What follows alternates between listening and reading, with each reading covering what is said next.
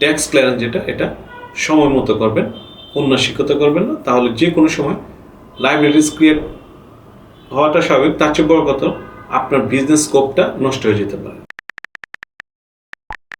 বিসমিল্লাহির রহমানির রহিম। সম্মানিত সুনাগরিক করদাতাবৃন্দ, আসসালামু আলাইকুম। আমরা আয়কর আইন নিয়ে কথা বলি, কিন্তু আয়কর আইনের সঙ্গে অনেকগুলো আইন সংশ্লিষ্ট আছে। আমরা জানি দুদক আইন, transfer of property act, gift act, এবং সবচেয়ে বেশি যে জিনিসটি ব্যবসায়ীদের জন্য প্রযোজ্য সেটা হলো অবশ্যই কোম্পানি যে ল, এটাও আয়কর আইনের সাথে রিলেটেড। অর্থাৎ আপনি একটি কোম্পানির ব্যবসা করেন, আপনার কোম্পানি ইটসেলফ একটা করদাতা হয়ে যায় এবং তার নিরীক্ষা রিপোর্ট তৈরি করতে হয়, নিয়মিত এজিএম করতে হয়। এই বিষয়গুলোর সঙ্গে ট্যাক্সেরও একটা সম্পর্ক আছে। অর্থাৎ আপনি যদি নিয়মিত এজিএম না করে থাকেন, তাহলে আপনার প্রয়োজনের সময় আপনি শিডিউল 10 বা ফর্ম 12 সংগ্রহ করতে পারেন না।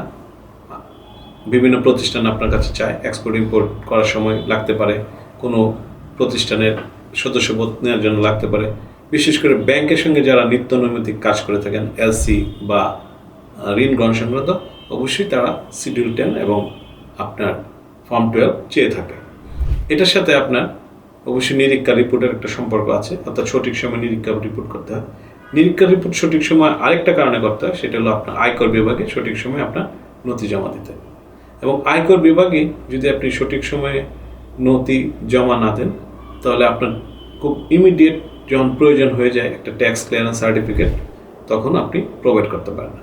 তাই আমি মনে করি সময় মতো আপনার নিরীক্ষা রিপোর্ট এবং অবশ্যই কর দায় পরিশোধপূর্বক ট্যাক্স ফাইল জমা দিতে হবে।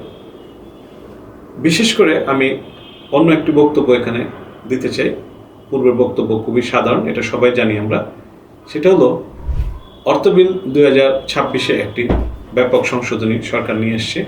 সেটা হলো যে কোনো ব্যক্তি যদি তার পার্টনারশিপ ফার্ম ব্যবসায়িক লসের জন্য বিলুপ্ত বা উইন্ডিং আপ করতে চায়, তাহলে তার কর দায় শোধ করতে হবে। অর্থাৎ আয়কর বিভাগ থেকে ট্যাক্স ক্লিয়ারেন্স সার্টিফিকেট না নেওয়া পর্যন্ত আরজেসি তার জন্য কোনো কাজ করতে পারবে না। অর্থাৎ আরজেসিতে উনি যদি উইন্ডিং আপ করার জন্য জমা দেন ওনার ডকুমেন্টস, তাহলে অবশ্যই ওনাকে ফার্মের যে দায় আয়কর বিভাগ যদি থাকে তাহলে এটা পরিশোধ করতে হবে, অথবা না থাকলে ক্লিয়ারেন্স সার্টিফিকেট নিতে হবে। আমার একজন উপদেষ্টা হিসেবে দীর্ঘকালীন কাজ করার যে অভিজ্ঞতা, তাতে মনে হচ্ছে কোম্পানি করদাতাদের এই ব্যাপারে খুবই সচেতন এবং আন্তরিক হওয়া এখন সময়ের দাবি। কেননা অদূর ভবিষ্যতে এরকম আরেকটি অর্থ বিলের মাধ্যমে কোম্পানি উইন্ডিং আপের সময় এই ক্লিয়ারেন্স লাগবে না, ব্যাপারটা এরকম নয়।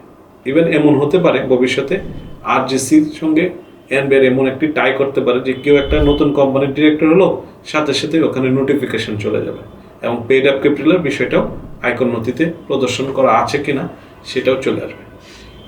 এই জন্য আমার একটি বক্তব্য এখানে দেওয়ার খুব ইচ্ছা, সেটা হলো আপনি আয়করকে প্ল্যানের অংশ রাখবেন, লিগাল প্ল্যানের অংশ রাখবেন, এবং এজিএম যেটা কোম্পানি আইন অনুযায়ী ফলো করে ট্যাক্স ক্লিয়ারেন্স যেটা এটা সময় মতো করবেন, উন্নাসিকতা করবেন না, তাহলে যে কোনো সময় লাইবিলিটিস ক্রিয়েট হওয়াটা স্বাভাবিক, তার চেয়ে বড় কথা আপনার বিজনেস স্কোপটা নষ্ট হয়ে যেতে পারে।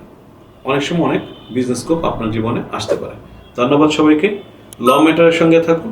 যে কোনো বিষয়ে পরামর্শের জন্য আয়কর আইন কোম্পানি আমাদের সঙ্গে যোগাযোগ করতে পারেন।